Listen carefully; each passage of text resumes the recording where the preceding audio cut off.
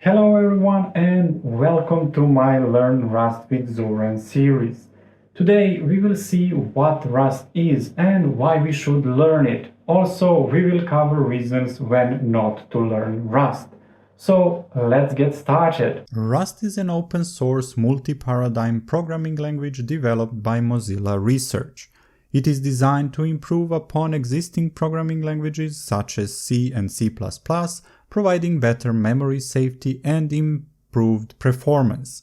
Rust is a compiled programming language that compiles directly to machine code, so its programs run quickly and efficiently. Rust offers many features that make it an attractive choice for developers looking to build reliable applications.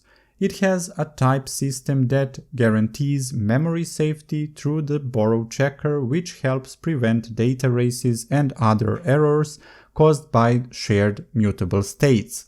Additionally, Rust provides powerful abstractions such as traits and generics, allowing developers to create flexible software without sacrificing speed or efficiency. Even though Rust is a systems programming language, you can also build game engines, command line programs, web applications using WebAssembly or WASM, and more.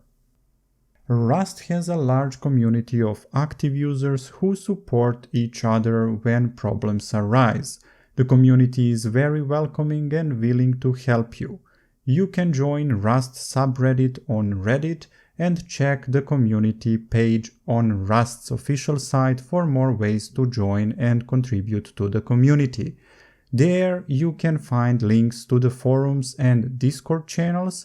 I will leave links to the communities in the description. Next, Rust has been voted the most loved programming language by developers for 7 years at Stack Overflow survey. Also, this year it's the most wanted language together with Python holding the first place, chased by TypeScript in the second place.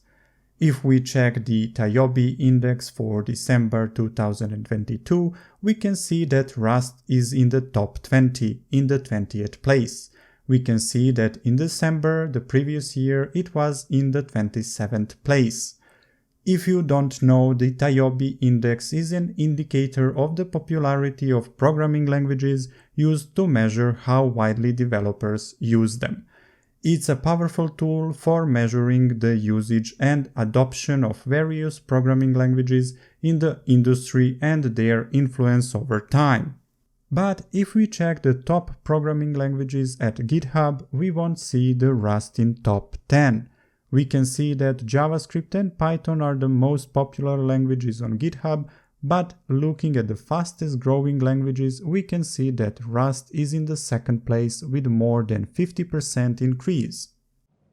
Let's see some downsides of Rust. The downsides of Rust are steep learning curve and not that many job offers compared to other programming languages. Also, Rust is not a beginner-friendly language, so if you are new to programming, you can start with Python or JavaScript/TypeScript and switch to Rust.